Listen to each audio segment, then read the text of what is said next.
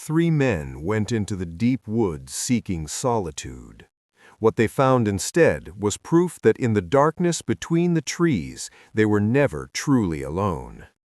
This is a story I've carried with me for years without ever telling anyone close to me. It happened when I was in my mid-20s, long before marriage and children changed my perspective on risk. Back then, I was the kind of person who craved isolation.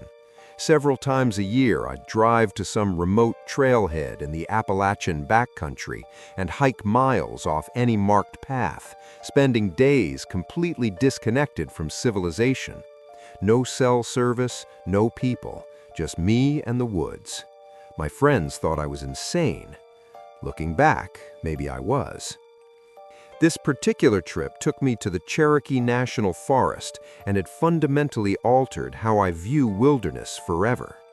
I'd been out for 2 days when everything shifted. The weather had been perfect, trails empty, peace absolute. That changed when I noticed storm clouds building to the west. At first, I wasn't concerned. I'd hiked through rain plenty.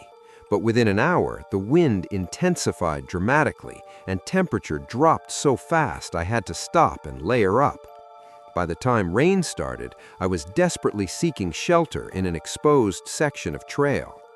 The downpour came with terrifying force. Wind bent small trees sideways, branches cracked and fell from the canopy above. Lightning struck close enough that I became acutely aware of the metal-framed pack on my back.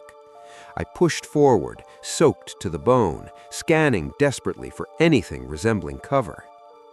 Then, through the trees to my left, I saw it. A structure. Small, dark, partially hidden by forest, but unmistakably man-made. As I approached, I recognized it as an ancient hunting cabin or homesteader's shelter, decades old at least. A single window faced my direction. I've never felt such relief. I sprinted to it and pushed the door open. Inside, it was dim but dry. Sparse furnishings, a chair, a small table, what looked like a cot frame against the far wall, a stone fireplace clogged with old ash and debris. The place smelled terrible, but I didn't care. I stripped off soaked clothes and lay on the floor, simply grateful to be out of the storm. After 10 or 15 minutes, curiosity overcame exhaustion. I pulled out my flashlight and started examining my temporary refuge. There was more here than I'd initially noticed. A rolled sleeping bag in the corner near the cot, not ancient like everything else, which puzzled me. Canned goods and water jugs on the table suggested someone had been using this as a base camp. Another backpacker maybe, a hunter. But the more I looked, the more wrong things became. Near the door, I noticed marks on the wall. At first glance, just age damage. Closer inspection revealed something else. Scratches, dozens of them, varying depths, no discernible pattern. I examined the door itself, a simple latch, unremarkable. But on the outside of the frame, I found a metal bracket designed to hold a padlock, positioned on the outside. No corresponding latch on the inside. This door could only be locked from outside. The window told an even darker story. Its glass remained intact despite the cabin's age, but screws in each corner secured it shut, driven from outside. And around the interior frame edges, more scratches, deep ones, the kind left by someone trying desperately to pry their way out with bare hands.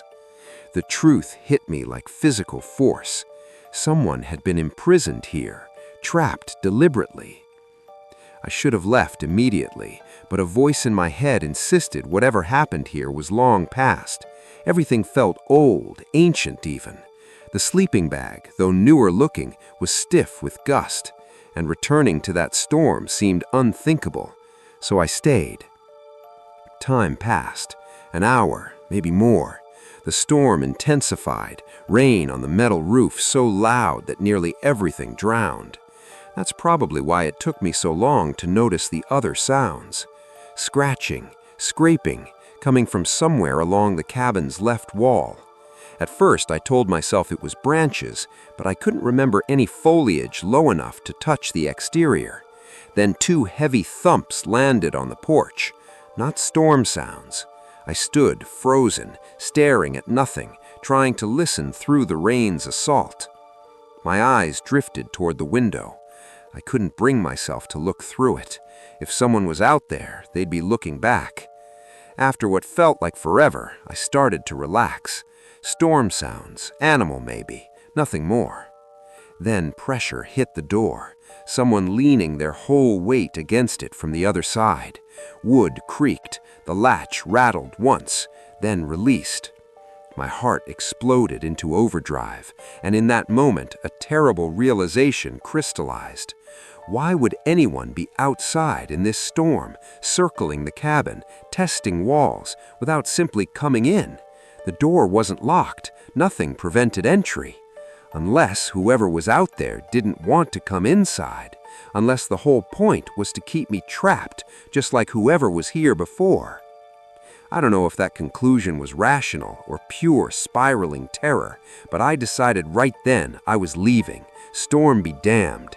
I started shoving gear into my pack with shaking hands, that sickening feeling of imminent disaster crawling up my spine. I was maybe 30 seconds from walking out when glass shattered behind me. I spun, something came through the window, and then the room exploded in flames. Fire spread with impossible speed.